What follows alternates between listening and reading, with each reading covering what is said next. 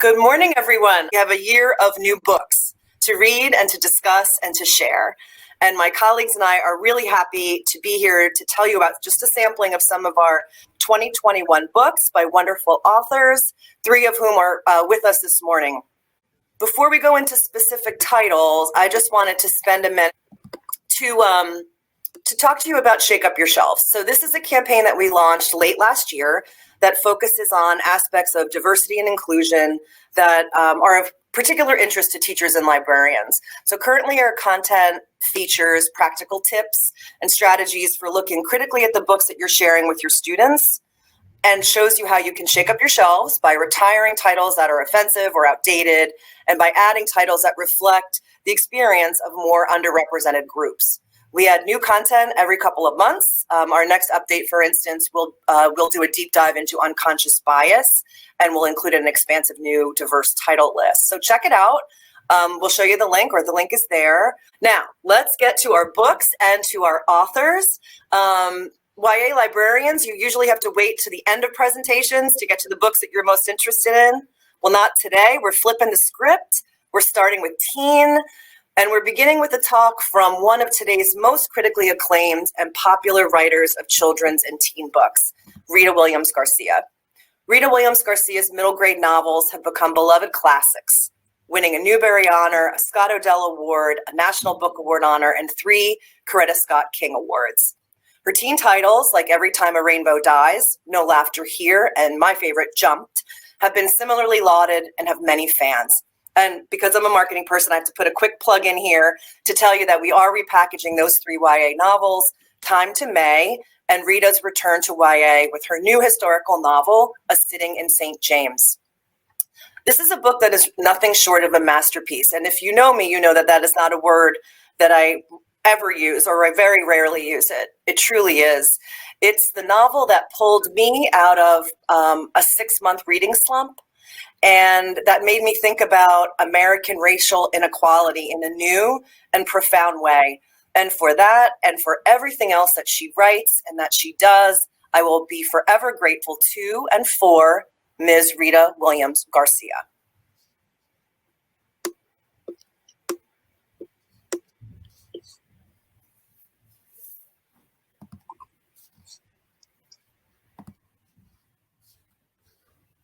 Next.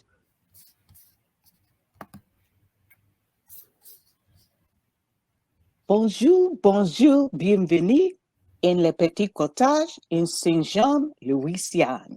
Okay, so that's my attempt of a little Louisiana Creole to welcome you to le petit cottage in A Sitting in St. James. But before we step foot on the plantation in 1860, we must first recognize the indigenous nations who populated the land and thrived before Europeans came.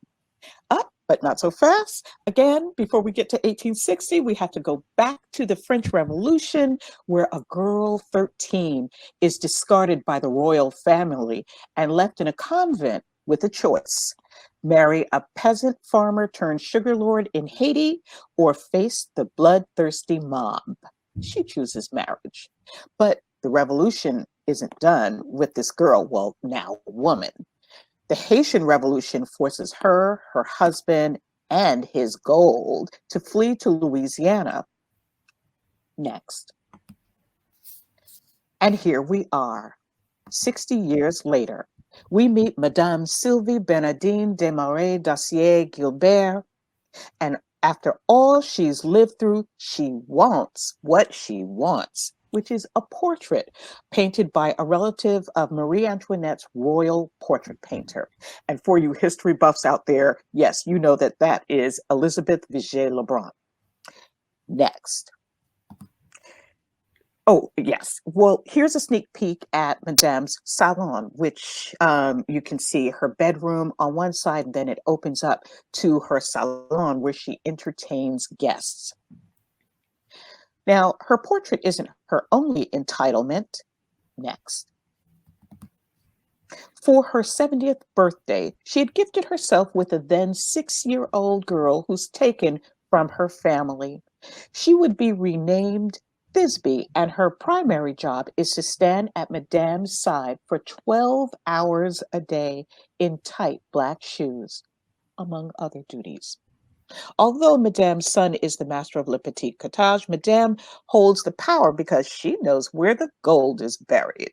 Well, she does get what she wants. I'm not giving anything away, but that entitlement will affect the lives of everyone at Le Petit Cottage, which of course affects Thisbe, but it also affects her next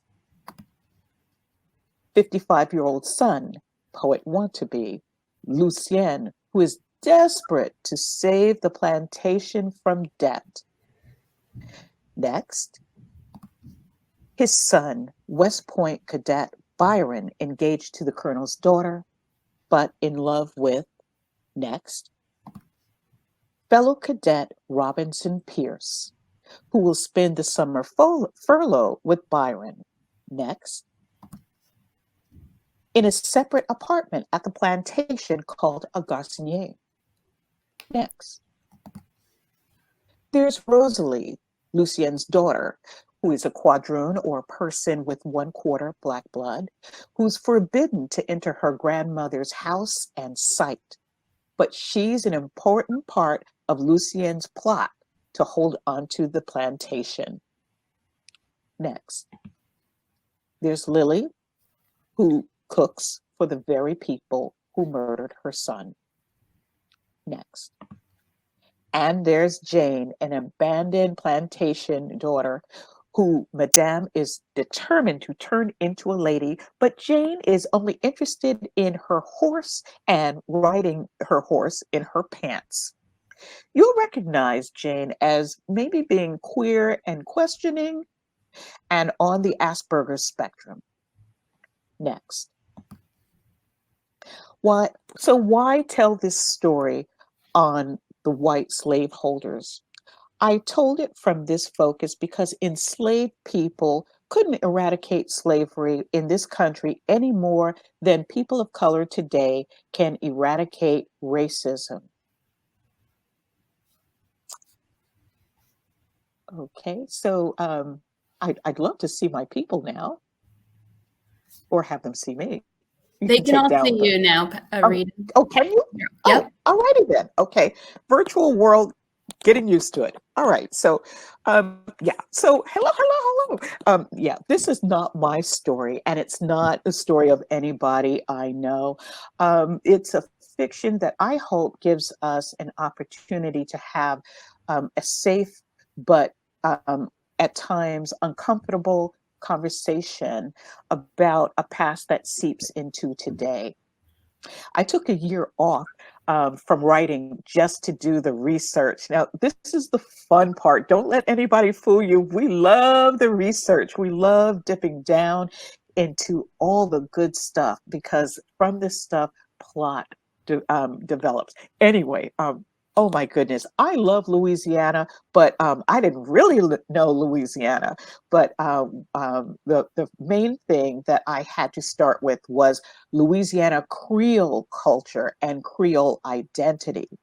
And that also encompassed the diversity of the Francophone languages.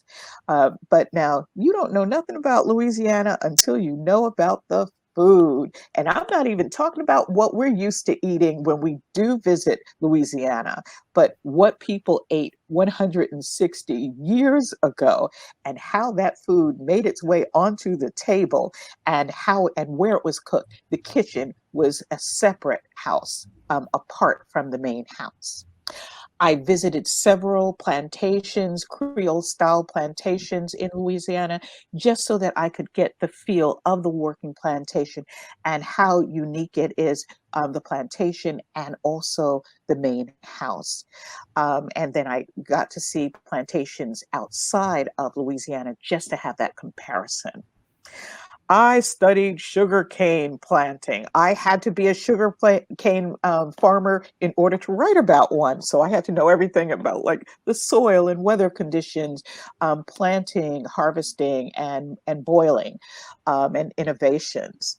I also had to study deeply about portrait painting, just so that I could render a Claude Lebrun, who you will meet in this story, the portrait painter, and how he builds up the canvas. Now, I come from a long line of military people who have served back to the Civil War. So I already have a certain amount of military pride. But studying West Point culture and history, my goodness, all of that really helped me to shape the men that Byron and Pierce are in the story. So through this work, I was wholly dependent on diaries, letters, ledgers, photographs, newspapers I read in French and in English. Can I read French? Nope, but I bet I was reading French then. I had photographs, websites, poetry, and novels of the era. And although enslaved people were in the background of my story, I kept them close to me by reading the narratives of the freed ancestors and hearing their voices on recording. There is something to be said for the WPA in preserving all of these stories and experiences. The inspiration for the story came back to me from three places: a dream, a daydream, and a very real boy at the screening of a documentary for the Black Panther Party movement. And he asked me with tears in his eyes, why do they hate us? I answered him, because when they see us, they don't see human beings. So I knew I had to tell this story about those people who felt entitled to own, sell, torture, use, exploit Black people. Now, villains and monsters, yes, you could say that there was that, but that's not helpful in trying to understand the past. So if you're of slaveholding ancestry, this is not going to be how you see your ancestors or yourself in their part of what is happening today. So if I've done my job at all, you'll feel for the slaveholding Gilberts. You'll root for them, laugh at them, curse them, be disturbed by them, but you'll recognize that they've played their part in this ongoing American story and in a sitting in St. James. Thank you all. Thank you, Rita. Well, let me say you have done your job very, very well. It's a book that I will not forget. I don't think ever. I'll never forget it. So go to Edelweiss, everybody, and download it and read it and share it and love it. Rita, thank you so much for being here and kicking off our day. Thank you. My pleasure. So I'm going to tell you about just a couple of teen titles that we've got coming in the first part of the year. And the first one, next slide, there we go. You probably know this book. You might have seen it in your libraries already. This is Concrete Rose, in which Angie Thomas revisits Garden Heights 17 years before the events of The Hate U Give.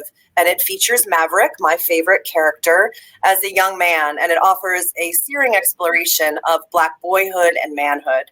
It's gotten 4-star reviews. It hit the #1 spot on the New York Times bestseller list in its first week of publication.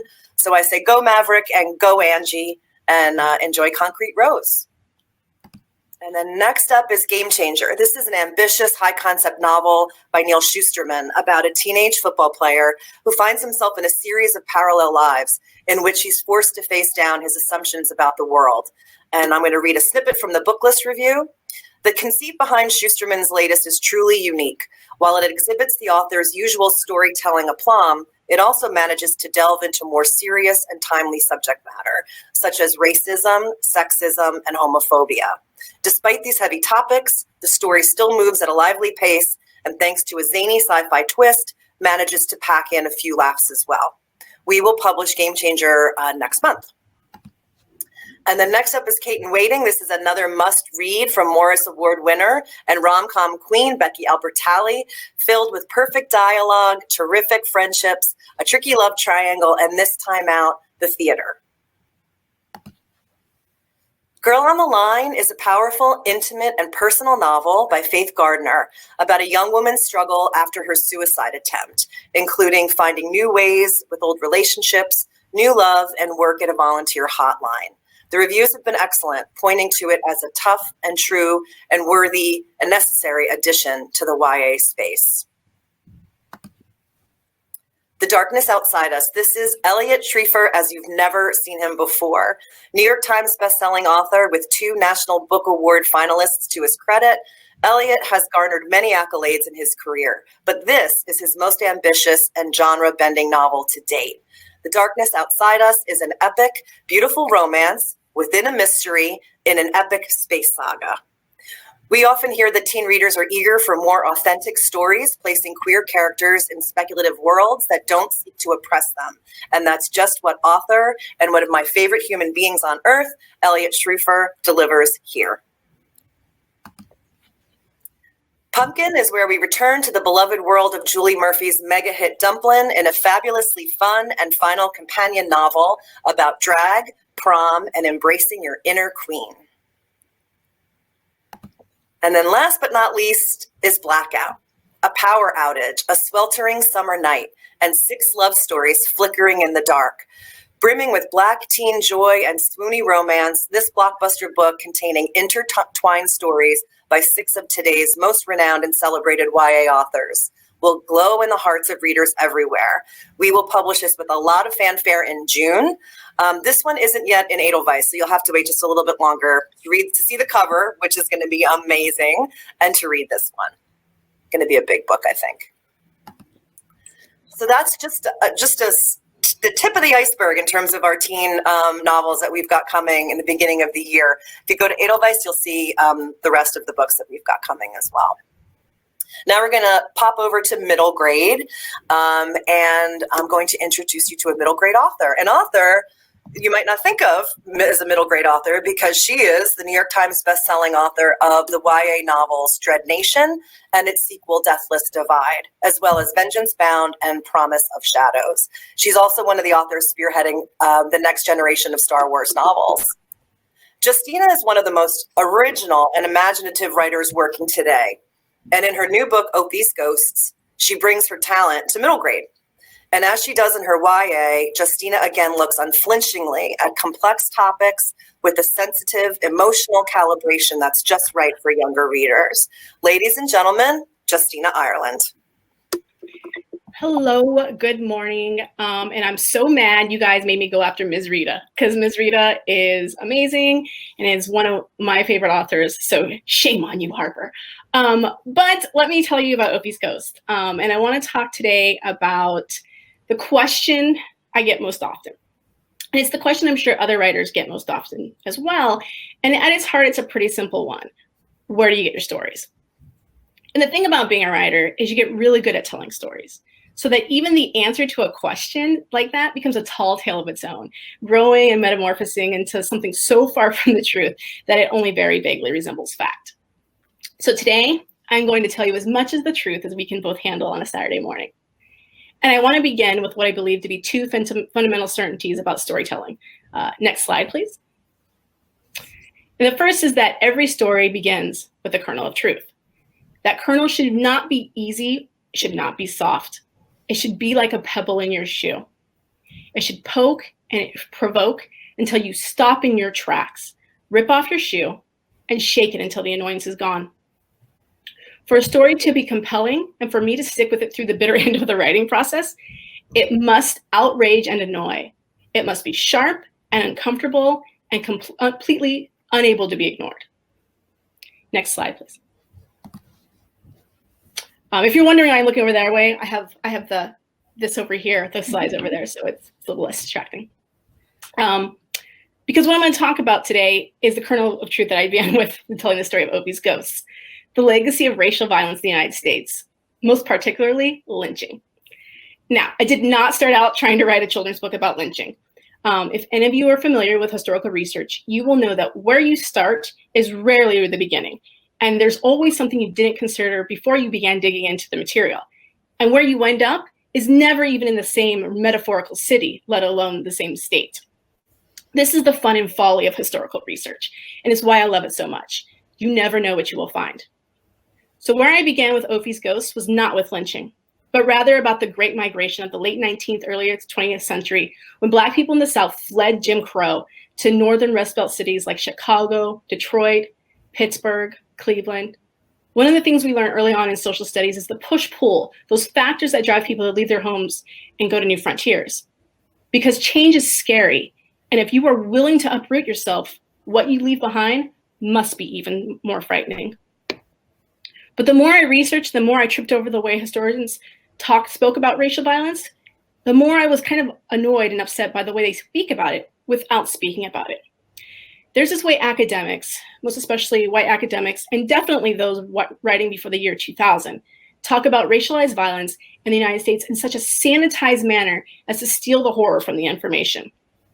They categorize the brutality, sorting it and layering it in amongst anecdotes about the economy and women's fashions of the era, so that it becomes a conversation not about the impact of racialized violence, but the why. But any person of color who's been called some sort of slur for just having an opinion, well, we can tell you the why. Taking the people impacted by the violence out of the conversation, decentralizing their suffering, makes racialized violence in the United States less a real issue with people who suffer greatly because of it, and more a random set of numbers. For example, between 1880 and 1968, there were 637 lynchings in Georgia alone. The reasons for lynching varied, but the most common were accusations, usually unfounded and uninvestigated, of Black men and women committing crimes against white people. Murder, rape, theft, and of course the worst crime of all, being an uppity Negro. Now I should explain, this is not a technical term, but it definitely is one most Black people, even today, know. Uppity during Jim Crow could mean anything from talking back to a white person to making eye contact to demanding to be paid for work. And while many victims of lynching were accused of not knowing their place, there was always some other more obviously horrific grievance created to cover the truth of their murder. But not always. And to understand the impact these targeted murders had, you have to understand the people who were on the receiving end of that violence. Next slide, please. Mary Turner is one of the most prominent cases that surfaces again and again because the details are frankly awful. And I'm not going to go into them today. You have a Google for that if you want to know. But she was murdered when she was 8 months pregnant. Her crime, swearing out warrants against the men who murdered her husband. Yes, her husband was also lynched. And when Mary decided to try and seek justice, she was killed as well. But her murder wasn't the last in May of 1918. Over the next 3 days, 4 more unnamed Black residents of Lowndes and Brooks counties were murdered, their names lost to an uncaring history. But over 700 Black people took this lesson to heart and fled the counties, deciding that the risk of a new place was better than a near certain death in Georgia. Mary Turner's murder was a very effective lesson to every other Black resident who made the mistake of thinking they may have the protection of the law. Next slide. In 1946, Maceo Snipes, a World War II veteran, had the audacity to vote in a Georgia Democratic primary. He was shot in the back in response. Maceo managed to walk the 3 miles to a local hospital with his gunshot wound, only to be turned away because the hospital didn't have any Black blood. He, of course, died of his wounds. His killers were never prosecuted. The reason why? They said Maceo pulled a knife during the confrontation and the shooting was self-defense. The legacy of racial violence in the United States is a stain on our democracy and one that we grapple with regularly. See all of last year.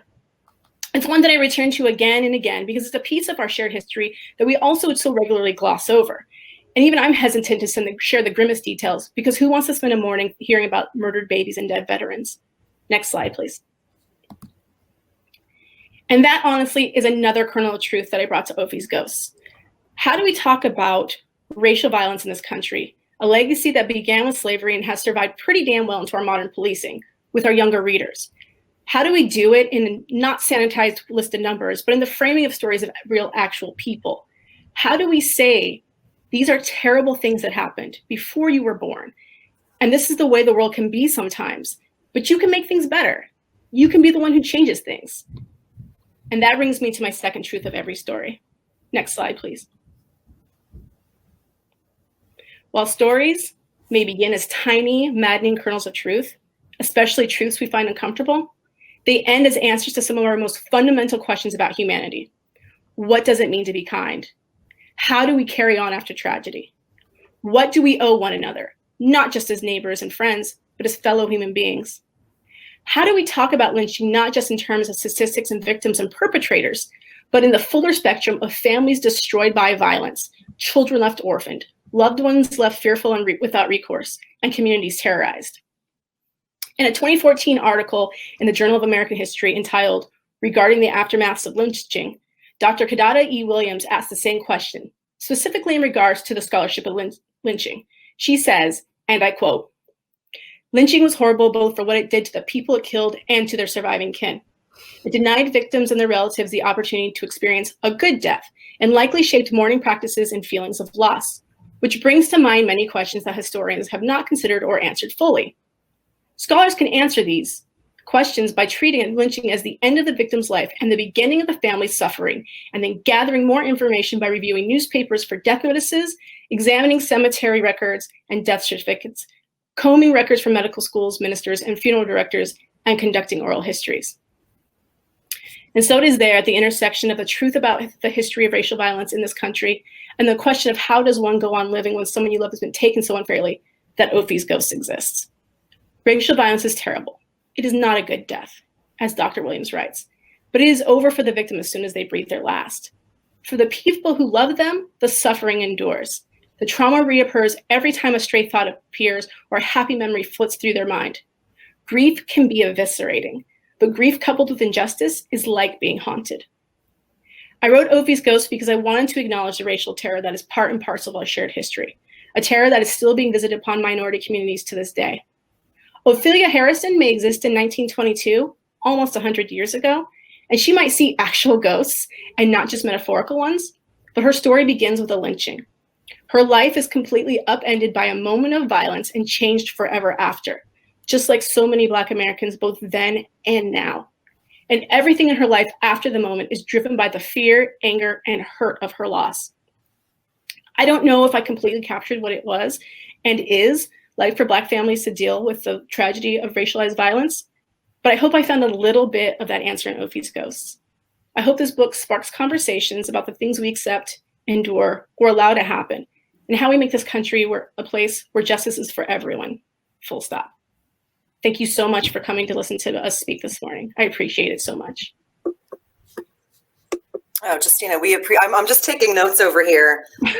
So sorry. You know, Rita and Justina, you are singing our song with your research and the joy in your research and these important stories that you're telling, these historical stories that you know, so sadly are resonating today more than ever. So thank you for your book. Everyone read it. You will not forget it. Thanks for being with us early. Stick around and you can listen to some of the other, to our other author who's speaking on a little bit.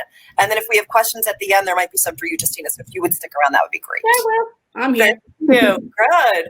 I'm going to stop talking for a minute. I'm going to introduce you to Mimi Rankin, my colleague and the manager of our school and library marketing team. She's going to tell you about some of the middle grade that we've got coming in the beginning of the year.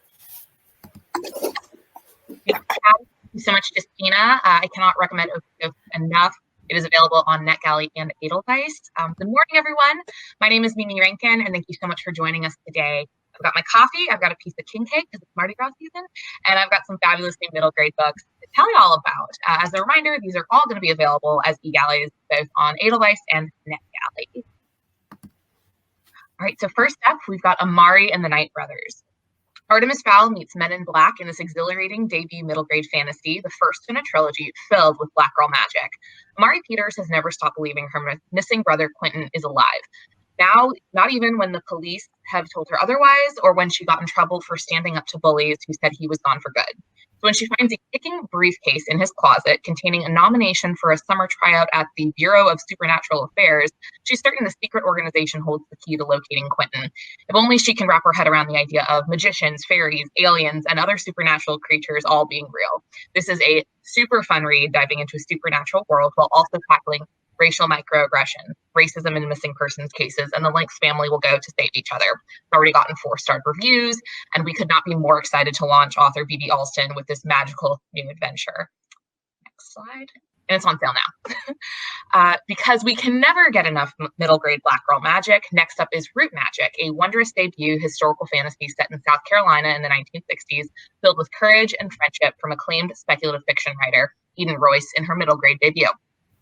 In the midst of school integration in their coastal South Carolina town, twins Jezebel and Jay learn that their family has a history of practicing magic. As Jez begins to learn more about their family power, however, she sees a path to dealing with the hostile forces in the real world once and for all, and finds that when evil shows itself in the world, Jez's heart and her friendships that will see her through. So Ancestor Approved is a collection of stories or intertribal stories for kids, and this is part of our new imprint Heart Drum. This is from acclaimed author Cynthia Leidig-Smith, who is also the co-publisher of Heart Drum. It has gotten 3-star reviews, and all these stories take place around a powwow. It is breathtaking. It is beautiful. I cannot recommend it enough. All right, Billy Miller is back in Billy Miller Makes a Wish. Standalone companion to Kevin Henkes' Newbery Honor book, The Year of Billy Miller, is laugh out loud funny and perfect for young middle grade readers. Award-winning author Kevin Henkes delivers a short, funny, and emotionally complex novel complete with misplaced love letters, surprising critters, art projects, misguided tattoos, and another surprise for Billy and his family, maybe the best one yet. This is on sale in April. Okay, this is a new graphic nonfiction series about real FBI cases, and it launches with a gripping minute-by-minute account of the only unsolved airplane hijacking in the U.S., pulled off by a man known only as D.B. Cooper. Sidebars provide fun facts about pre-2001 air travel, serial numbers on currency, airplane design, and more. And then back matter showcases period photos and primary source material in FBI archives. We have 2 more unsolved cases to explore in this series, publishing in fall 2021 and summer 2022 on the subject of Alcatraz Prison and the Isabella Stewart Gardner Museum heist. Okay. Shape of Thunder. It's an extraordinary new novel from Jasmine Warga, the Newbery Honor-winning author of Other Words for Home, about loss and healing and how friendship can be magical. Cora hasn't spoken to her best friend Quinn in a year. Despite living next door to each other, they exist in separate worlds of grief. Cora is still grappling with the death of her beloved sister in a school shooting, and Quinn is carrying the guilt of what her brother did. Quinn decides the only way to save everyone her brother hurt, including himself, is to travel back in time and stop that awful day's events. Quinn enlists an angry, hesitant, and curious Cora, but as they attempt to unravel the mysteries of time travel to save their siblings, they learn that the magic of friendship may actually be the key to saving themselves. And this is on sale in May. All right, maybe Marisol Rainey. Meet 8-year-old Marisol Rainey, an irresistible new character from Newbery medalist Erin Entrada Kelly. Inspired by Erin's own upbringing in South Louisiana with a Filipino parent, this immediately engaging and funny young middle grade novel will appeal to fans of Clementine, The Year of Billy Miller, and Ramona the Pest, and features black and white drawings by the author on every page. All right, Da Vinci's Cat, just get a look at that beautiful jacket. 2 unlikely friends, Federico in 16th century Rome and Bee in present-day New Jersey, are linked through an amiable cat, Leonardo da Vinci's mysterious wardrobe, and an eerily perfect sketch of Bee. Newbery Honor author Catherine Gilbert Murdoch's Da Vinci's Cat is a thrilling time-slip fantasy. It will appeal to fans of When You Reach Me and A Wrinkle in Time, and it features black and white art of Da Vinci's Cat by Caldecott medalist Paulo Zielinski throughout. Here's the last one. So this is Lily's Promise. From National Book Award-winning author Catherine Erskine comes a heartfelt, poignant novel that tackles grief, change, and the struggle to let your voice be heard. Lily has been homeschooled her entire life until her dad passes away when she starts public school and discovers the cruel reality of both. Following Lily's journey and the snarky, insightful, and humorous commentary from Libro, the actual book, who guides readers through this thoughtful tale, makes Lily's Promise a strong title for social emotional learning.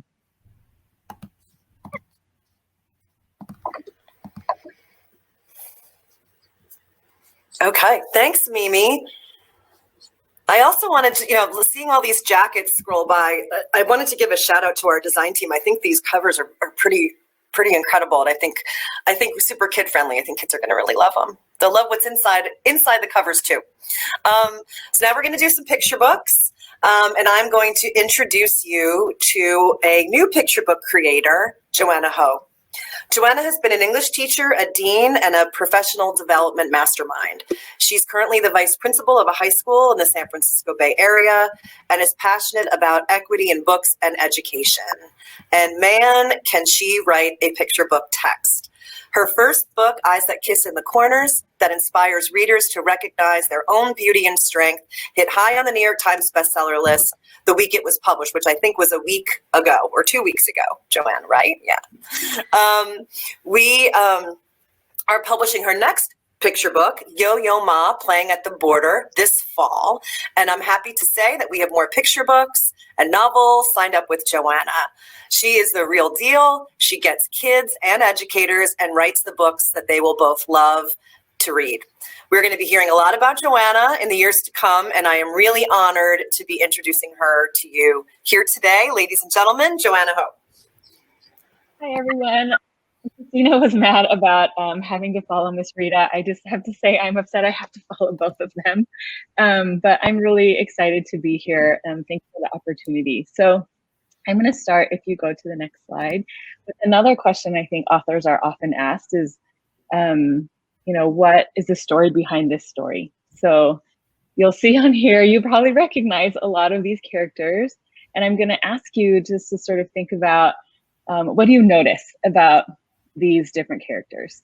So while you're processing that, I will say growing up, I watched Ariel and I watched Belle. Those were sort of staples in my Disney repertoire.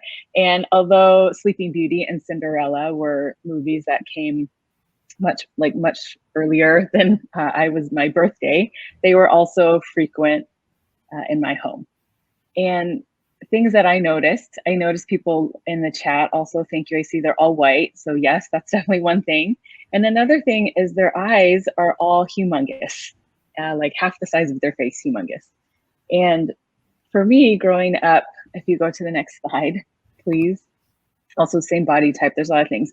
I did not match in any possible way any of these characters that I saw in the movies, anyone that I just read about that was described, beautiful golden locks and beautiful blue eyes was just not me. That's me in 7th grade.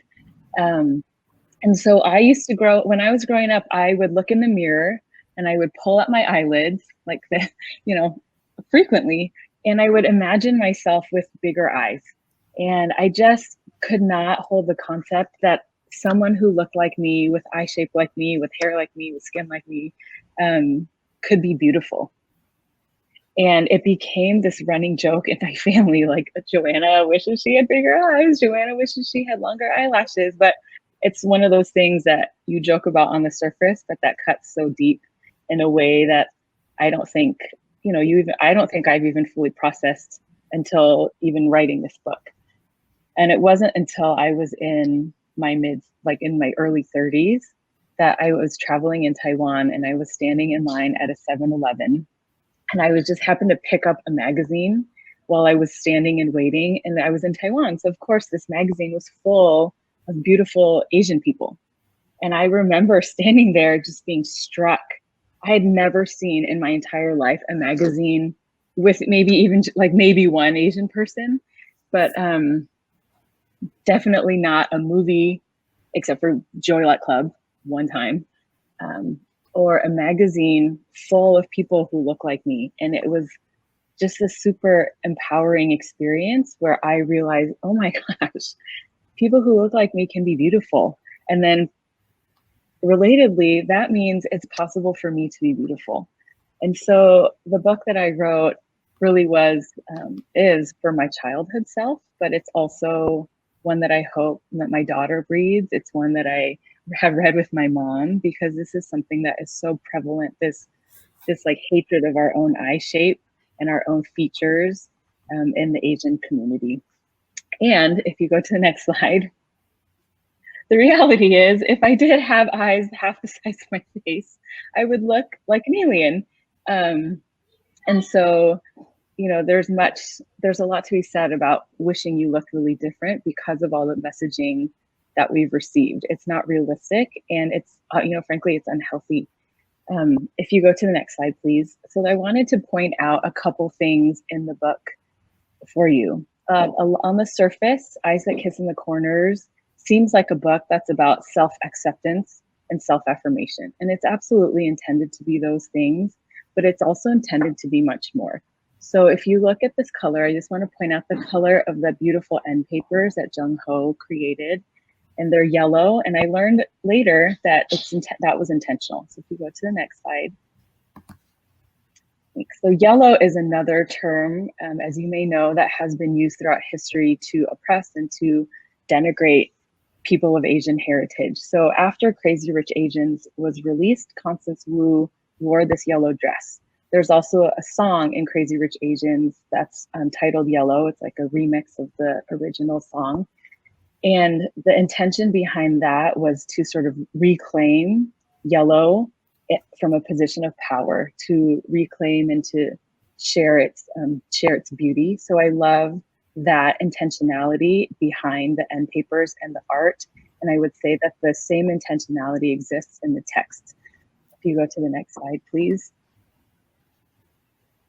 So it's probably too small for you to see, but you'll notice in the first stanza, in the first page, the eyes that are not the main character's eyes, some people have eyes like sapphire lagoons with lashes like lace trim on ball gowns. So I sort of joke that as an English teacher, I hate to sort of go in and tell you what the text is meaning versus asking you to interpret for yourselves. But I'll just say that the reference to ball gowns here is very intentional. I'm trying to pull and reference aspects of our culture, so i.e. Disney movies that continue to share such a harmful message about what beauty is. So here it's really intentional that we're talking about Disney princesses and the ways that they impact their viewers. Next slide, please. And then if you look at the stanza on the right side, her lashes curve like the swords of warriors, and through them she sees kingdoms in the clouds. So again, you'll see it's an intentional reference to warriors, not princesses, and also kingdoms, which you live in if you're a princess. But here we're sort of reclaiming this idea of what beauty is. So what I would say here is this book really, I think in line with what the other speakers have said today, is also one that is trying to disrupt beauty standards that are really set up to support white supremacy. So white supremacy has created, way back throughout history, you can read in Ibram X. Kendi's book, Standards of Beauty, saying that Blackness was an ugly deformity of whiteness and thus justifying slavery. And for using a similar purpose, the vilification of Asian eyes, it's been distorted, it's been illustrated in really damaging political cartoons to continue to justify discrimination and inhumane treatment, not only of Asians, but using physical features to justify dehumanization of Black, Indigenous, and people of color. And so to me, this book really is about disrupting those standards and also reimagining. So we see these kingdoms in the clouds. We are reimagining our own kingdoms and our own worlds in spaces where we are powerful and our truth can be spoken. So if you go to the next slide, please. The word revolution here is also intentional, because I think that, you can say it's about self-affirmation, but when somebody can look at the features that they've been told their entire lives through not just media, but also through an intentional historic and generational structure to oppress you. You've been told that you're ugly and you're not beautiful and you don't meet certain standards. When you can look at yourself and really believe you're beautiful, then you're disrupting that messaging and you're flying in the face of everything that you've been told is true to dehumanize you. And I really do think that that is an act of resistance and revolution when we can recognize our own beauty and our own power. And so that, to me, really is the purpose and the intention behind this story. It is to say, just to be able to say I'm beautiful, but to also recognize that the act of being able to say that you're beautiful, whether it's your eye shape, your hair, your skin color, your body size, truly is an act of resistance, and it's an act of stepping into your own power.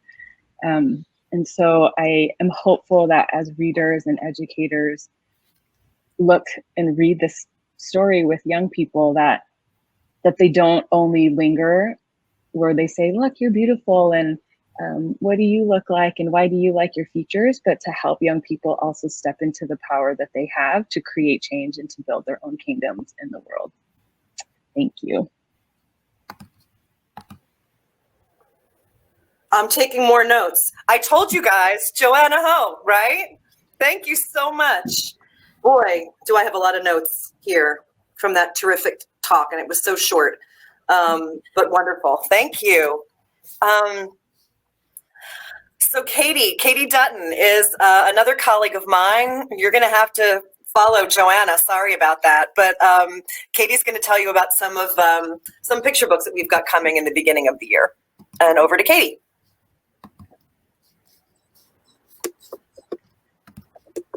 Hi, my name is Katie Dutton. I'm here and I'm super excited to be presenting some of our upcoming picture books.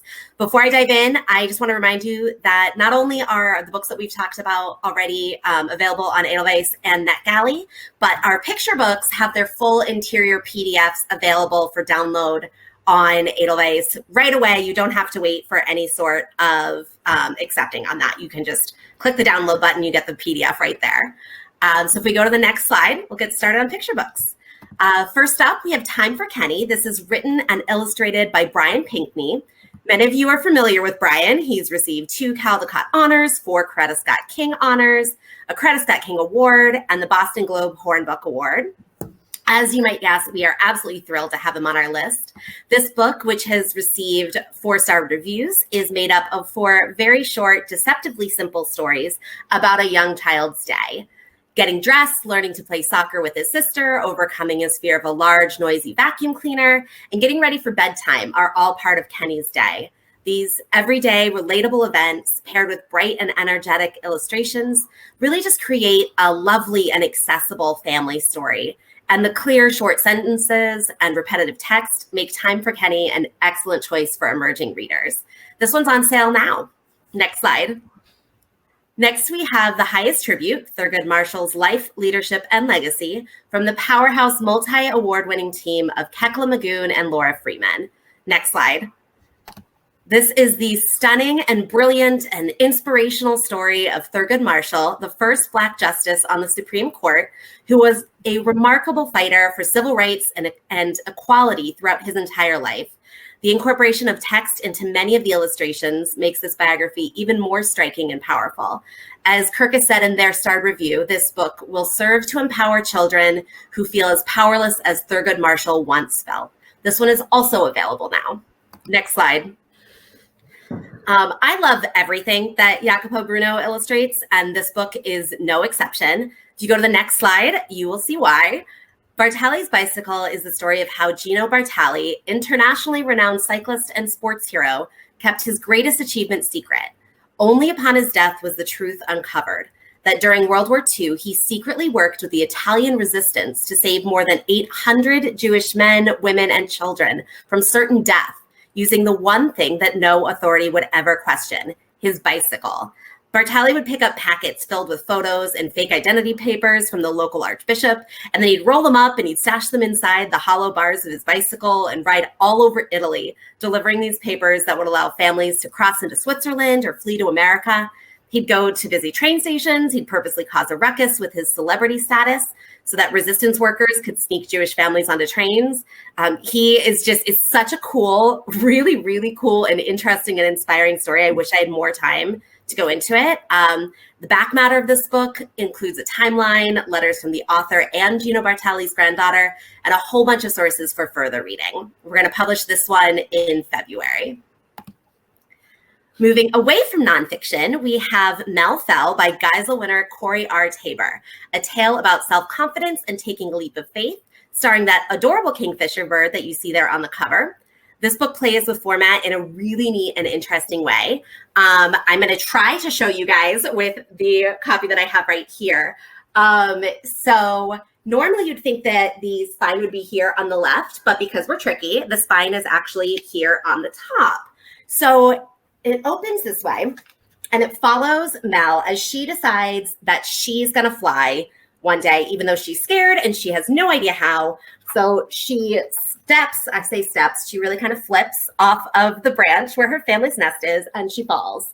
And she falls, and she falls, and she falls, and the squirrels try to catch her, and the bees try to catch her, and the spiders try to catch her, and she still keeps going, she still falls until, and I'm skipping some pages here, it turns into a dive.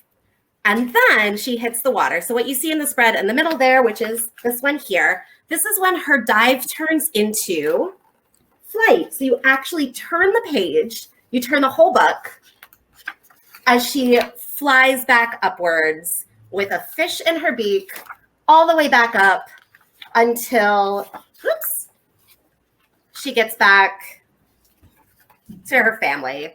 It's so charming. It's so fun. And I just highly recommend this. This has 2-star reviews from PW and Kirkus, and it goes on sale in February. There is also a video of the format on Edelweiss. If me juggling that right there didn't do it for you. So you can check that out too. Next slide.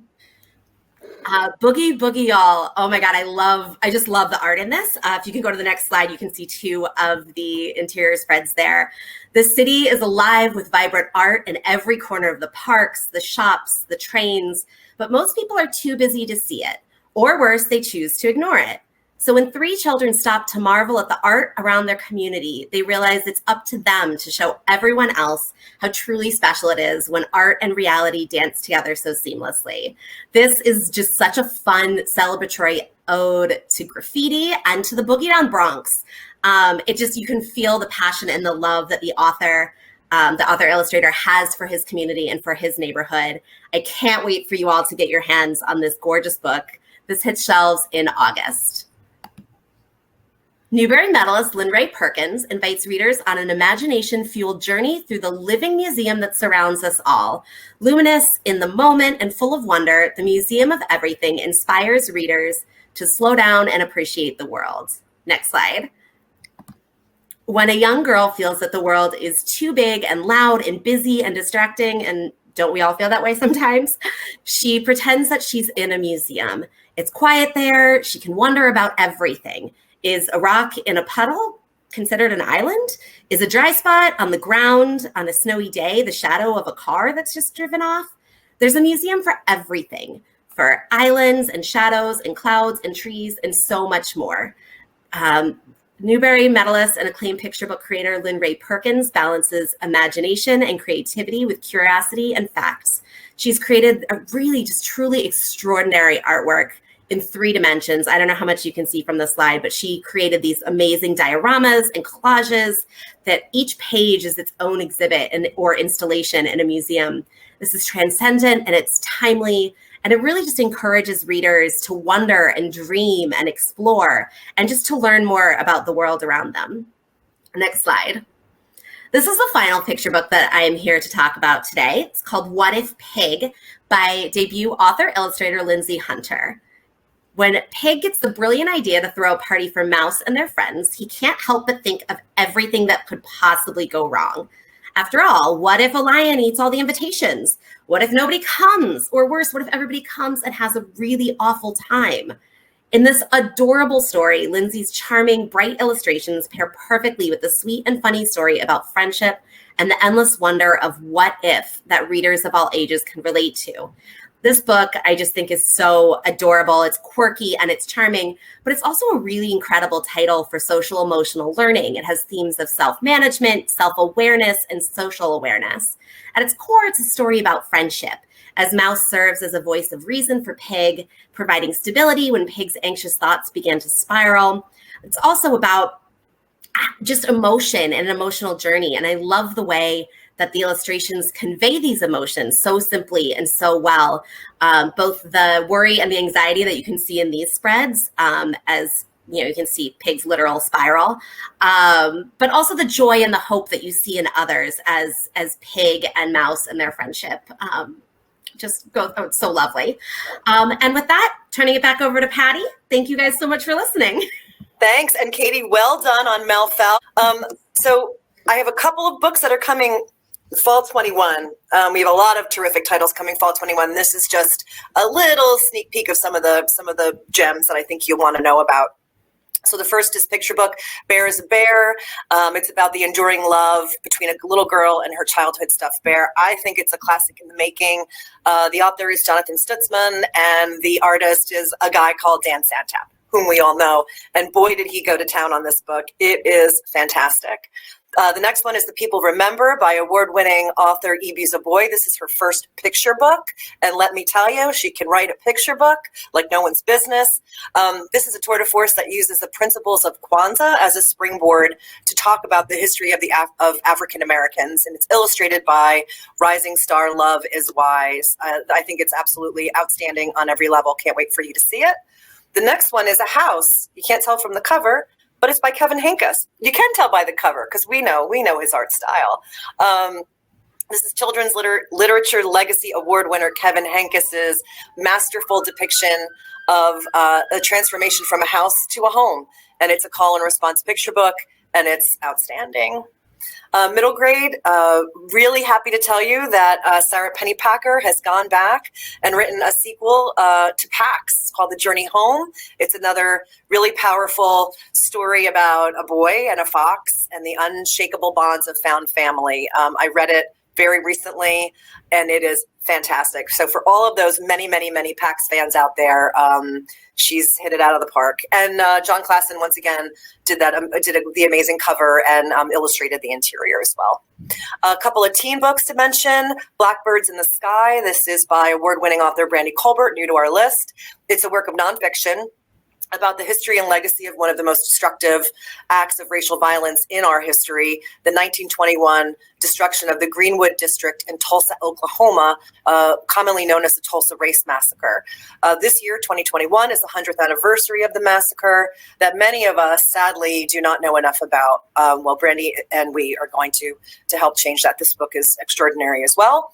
And then last but never least is White Smoke.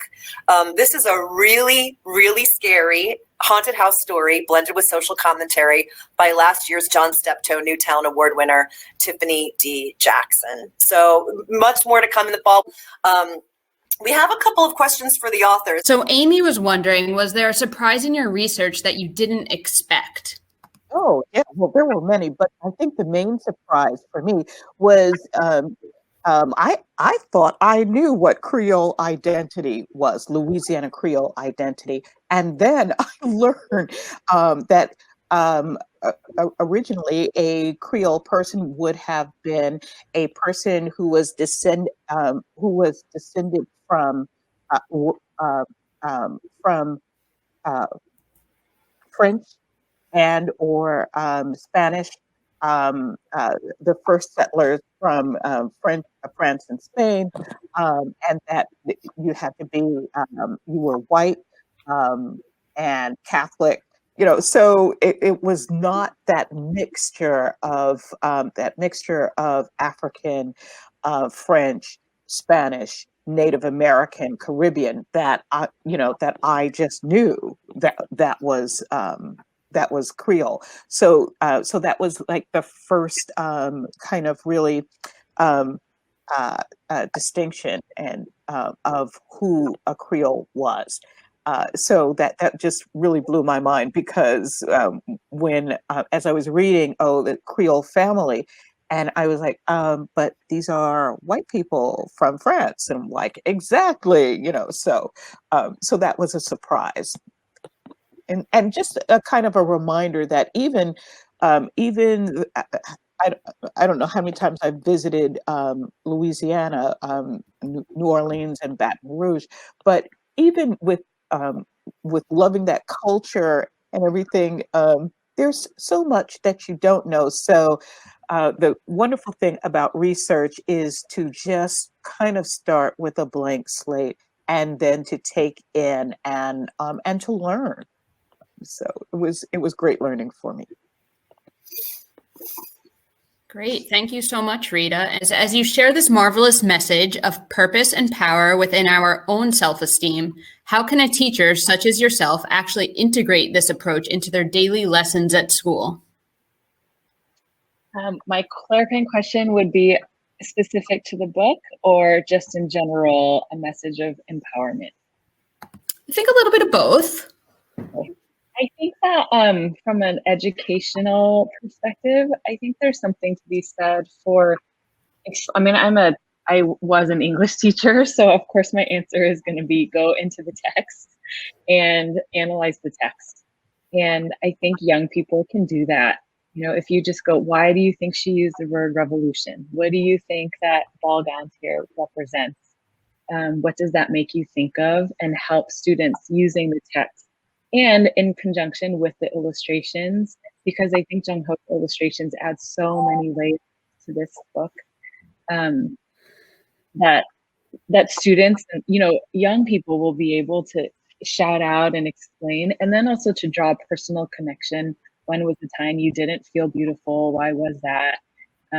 What are ways that you do feel beautiful? And one thing I think I didn't mention is, you know, when we look at our own features and we hate them, a lot of, I didn't point out earlier in the text, but a lot of what this book is also about family. And so what we're seeing, I mean, all of our features are passed down from generations all the way down to us. And so when we say we hate them or we feel like they're not good enough, we're really hating our family and we're hating our history and who we are. And so helping students really express that. And I am currently a school administrator. So what I would say is, in terms of creating empowerment, I think a lot has to do with, you know, why you're here today is just making sure your curriculum is one that is affirming to all the students, but also if you're doing deep equity work, I would say if you're not, you should start and do it for real, like not just on the surface, and don't have just 2 or 3 PEs, if that, but really go deep and make people uncomfortable, because chances are most of the people in your school are white in leadership or in classroom positions, and we have to really push people into discomfort and center voices from the margins in order for students who have been pushed to the margins to be empowered. That's great. Thank you so much. That's so insightful. Wondering about your research, and was there a surprise in your research that you didn't expect? Yeah, most definitely. I think we tend to talk about lynching and especially extrajudicial murder in this country like it's a problem that mainly affects men. And what you learn when you start digging into the research is that a lot of Black women were lynched as well. Some of them were wives of men who were lynched. Some of them had their own run-ins with people who decided that they were out of line. But you know, I think that also came clear this last year in our own timeline when we saw the Breonna Taylor case and we saw the response to that compared to George Floyd, and this idea that like women don't end up on the receiving end of racialized violence when that's not true. So that was one of the things that I really found, and that was why the Mary Turner story stuck with me, because you know, the stories of how lynching goes are awful. They're all awful. There's no such thing as a good lynching. And you see the brutality though done to women, and a lot of times it's to another level, and it's interesting, and not interesting. Interesting is the wrong word, but I think it's horrifying to see how often the intersection of gender and race it comes back even worse on Black women. And I think that's a conversation that we are not in a place to have yet, maybe as a society, because we can't even get everybody to say like, yes, that's bad. But it's definitely something that I hope historians dig into and research and bring up to the fore in some future books. There's actually, if anybody's interested in this, some of the research I did, there is a book by Dr. Kadada, I think last name Williams, and it's the title of the book is called "They Left Great Marks Upon Me," and it is a discussion of racialized violence in the United States and how that was eventually the turning point for the civil rights movement in the 20th century, in the mid 1900s, so that the people were just got to this point where they couldn't deal with it anymore. They had to go. And, that's why, people were like, were you scared when you marched? And John Lewis would be like, yes, I was scared when I marched. But was, the opposite of that was even worse. What was the possibility, what could happen after? So yeah, I think the, looking at how racialized violence impacts both genders, I think is something we really I would love to see more scholarship on. That's great. Nick, yes, that's it. There's always a helpful librarian in the chat. Well, thank you, Justina. Thank you for joining us today and sharing all of this very smart and helpful resources and information about your upcoming book.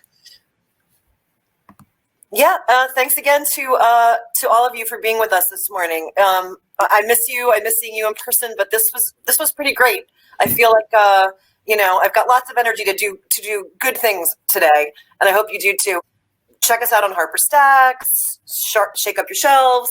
Mimi can answer questions that you have. I can, of course, answer questions that you have. So don't be shy. Thanks a million. Have a wonderful day.